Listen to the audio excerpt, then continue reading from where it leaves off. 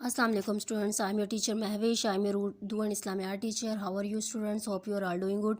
Students, आज हम लोग इस्लामियात का जो है वो काम करेंगे. हम देखते हैं कि आज हमने क्या पढ़ना है.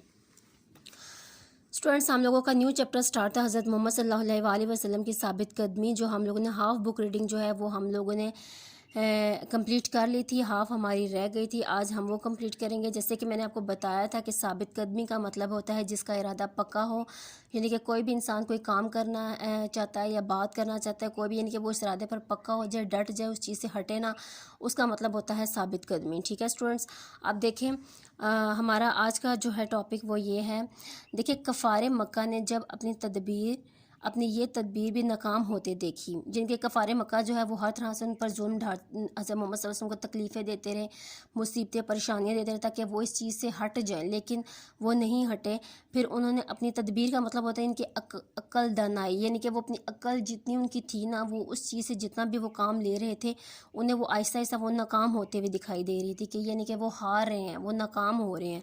तो आप सल्लल्लाहु अलैहि वसल्लम को बादशाहत, मालो दौलत और मुख्तलिफ़ आसाइशों की लालच दी. ठीक है, यानी कि उन्होंने कहा है कि ये अब किसी भी तरीके से नहीं टल रहे. फिर उसके बाद उन्होंने बादशाहत की भी लालच दी, मालो दौलत की भी, आसाइशें जितनी थी उस चीज़ की उन्होंने लालच दी. लेकिन आप सल्लल्लाहु अलैहि वसल्लम ने उनकी हर किस्म की पेशकश को ठुकराते हुए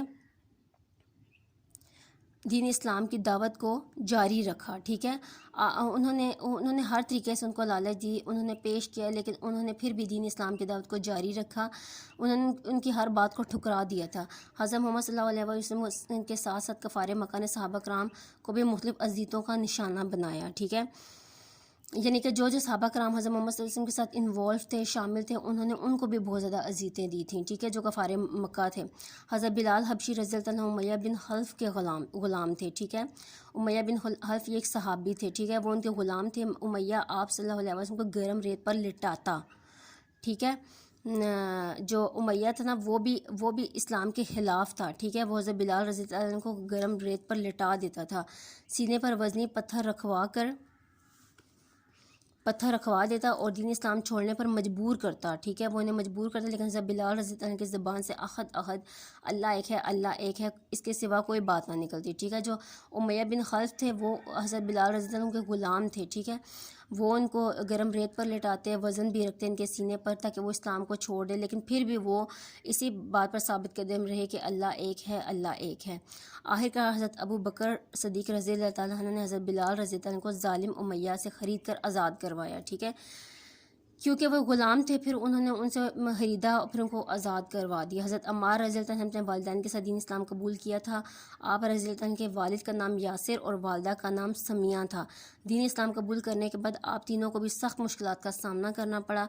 अबू जहल उन्हें पथरीली ज़मीन पर लटाकर अजियत देता.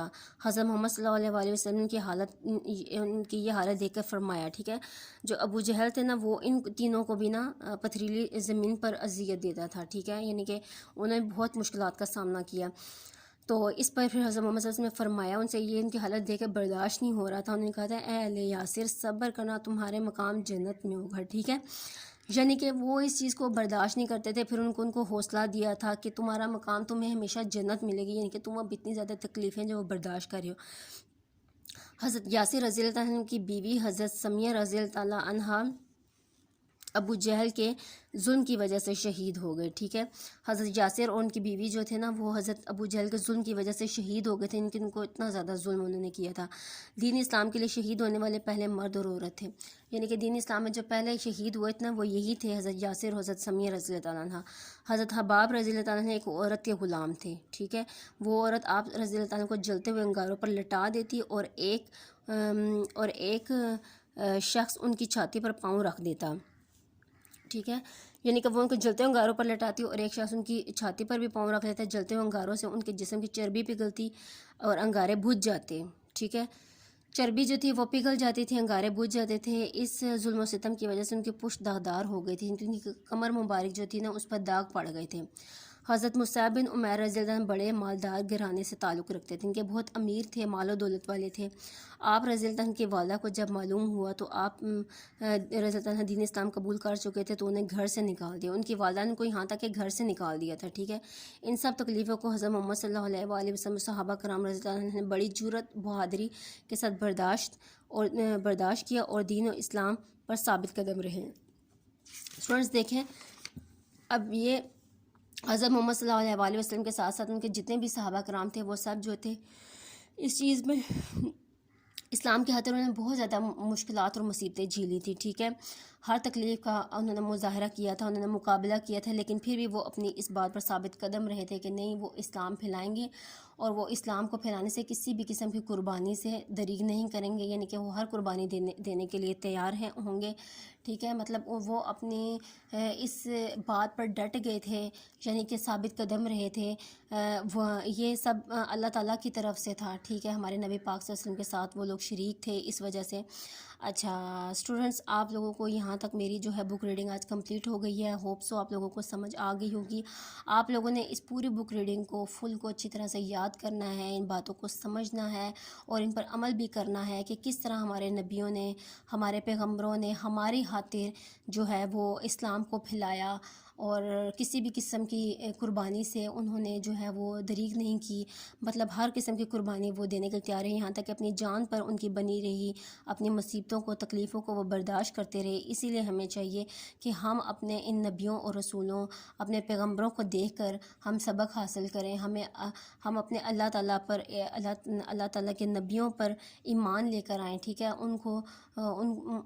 ان کو ایک مانیں اللہ تعالیٰ کو، اور اپنے نبی پاک صلی اللہ علیہ وسلم پر درود شریف بھیجتے رہیں پڑھ کر، ٹھیک ہے۔ اور اپنے پیغمبروں کو، اپنے پائندہ پاک کو، ان کے لیے دعائیں کریں، ٹھیک ہے، جنہوں نے یہ سب کچھ ہمارے لیے کیا، ٹھیک ہے اسٹوڈنٹس۔ اچھا، میں اپنا لیکچر یہیں پر ختم کرتی ہوں۔ ہوپ سو آپ لوگوں کو سمجھ آ گئی ہوگی۔ تھینک یو سو مچ۔ اللہ حافظ۔